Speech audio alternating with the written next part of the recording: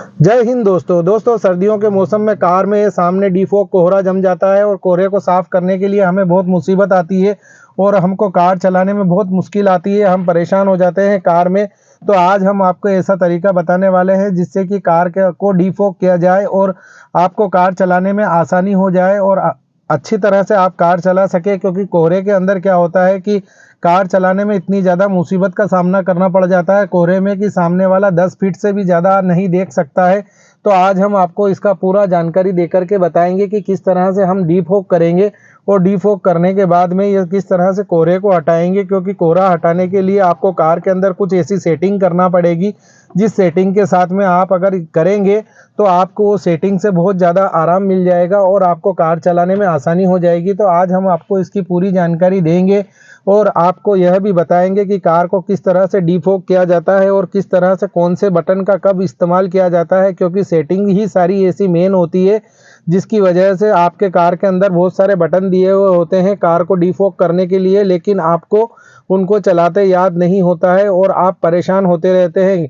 हम ये नहीं कहते हैं कि सभी लोगों को सारी जानकारियां हैं, लेकिन बहुत सारे लोगों को यह मुसीबत का सामना करना पड़ सकता है। तो यह उन लोगों के लिए वीडियो है जिन लोगों को यह पता नहीं है कि कार को डीफॉग कैसे किया जाता है, फॉग को कैसे हटाया जाता है। तो हम आपको इसकी पूरी जानकारी देकर के बताएंगे। हम आपको यह भी बताएंगे कि देखिए हम ये पूरा आपको लाइव डेमो इसलिए बता रहे हैं क्योंकि आपको लग जाए कि सामने बिल्कुल क्लियर नहीं है, बिल्कुल भी क्लियर नहीं दिख पा रहा है। क्योंकि हमारे सामने फॉग है और फॉग की वजह से यह क्या होता है कि बिल्कुल धुंधला हो जाता है और धुंधला होने की वजह से बिल्कुल भी सामने की क्लियरिटी विजिबिलिटी बिल्कुल ख़त्म हो जाती है और सामने का जो विंडशील्ड होता है, जो मेन शीशा होता है, उस शीशे के ऊपर इतना ज़्यादा कोहरा जम जाता है और कोहरे की वजह से हम बिल्कुल भी गाड़ी नहीं चला पाते हैं। तो उसको कैसे ख़त्म किया जाएगा, डीफॉग कैसे करेंगे, आज हम आपको इसकी पूरी जानकारी देकर के बता रहे हैं। तो चलिए करते हैं हम अब वीडियो को स्टार्ट और किस तरह से आपको डीफॉग करना है। देखिए सबसे पहले आपको क्या करना है और कौन सी सेटिंग इसके अंदर करनी है, क्योंकि सेटिंग ही मेन है।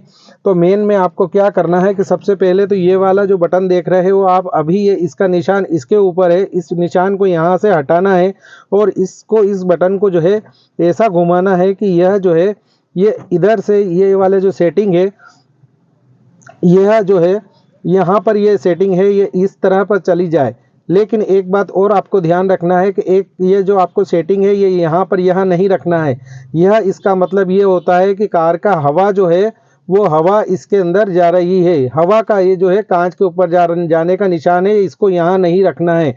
ये यहाँ देखिए आप, ये रीसर्कुलेशन का निशान नज़र आ रहा है मेरी उंगली के सामने, देख लीजिए। हम जूम करके बताते हैं कि ये रीसर्कुलेशन का बटन जो है यूज़ विथ, अब आपको क्या करना है कि ये यूज़ विथ के ऊपर आपको जो है इस बटन को यहाँ से लेकर के यूज़ विथ पर जाना है।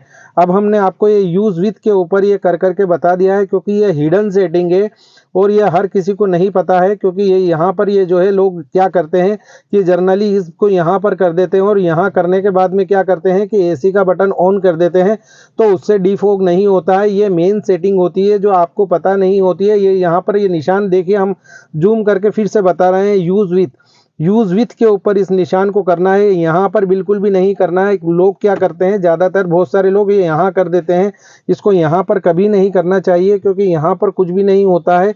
यहाँ का मतलब ये होता है कि जो आपका पंखा चल रहा है, पंखे की हवा जो है ये कांच के ऊपर जाने लगेगी और कुछ भी नहीं होगा।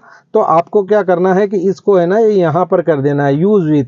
और दूसरी बात ये है कि ये वाला जो एसी का बटन है ये ऑन कर देना है। ऑन करने के बाद में ये जो ऊपर वाला जो बटन है रीसर्कुलेशन बटन बोला जाता है, इससे बाहर की अंदर हवा और अंदर की बाहर फेंकने के लिए काम में आता है। तो यह वाला जो हिडन सेटिंग है इसको भी ऑन कर देना है, इसको चालू कर देना है। और उसके बाद में एक बटन और आपको ये नज़र आ रहा है, ये वाला बटन जो है ये पीछे के जो कांच है आपका, जो पीछे हम देखते हैं पीछे भी डीफॉग जो होता है वो पीछे वाले भी कांच पे भी जमा होता है और पीछे भी नज़र नहीं आ रहा होता है। तो ये वाला जो बटन है ये इस काम में आता है कि पीछे वाले जो कांच है उसके ऊपर जो है ये डीफॉग होना शुरू हो जाएगा और पीछे की भी आपको आसानी से विजिबिलिटी दिखना लग जाएगा और आसानी से आप देख पाएंगे कि पीछे कार में क्या हो रहा है और क्या नहीं हो रहा है कार के पीछे की साइड में।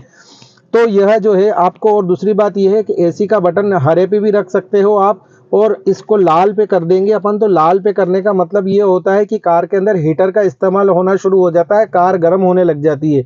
लेकिन आप कार को ज़्यादा देर तक गर्म न रखें, क्योंकि यह जो है आपको खुजली कर सकती है, क्योंकि अंदर ही अंदर टेम्परेचर बढ़ जाएगा और आप परेशान होने लगेंगे। तो सबसे पहली बात तो ये है कि आपको ये जो है इसको इधर रखना है, इधर भी रख सकते हैं आप चाहें तो।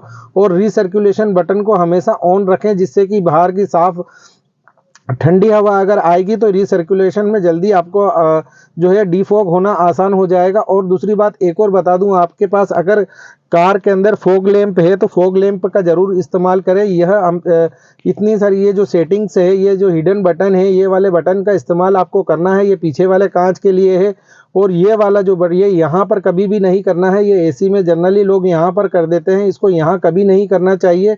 इसको हमेशा यहाँ पर रखना चाहिए।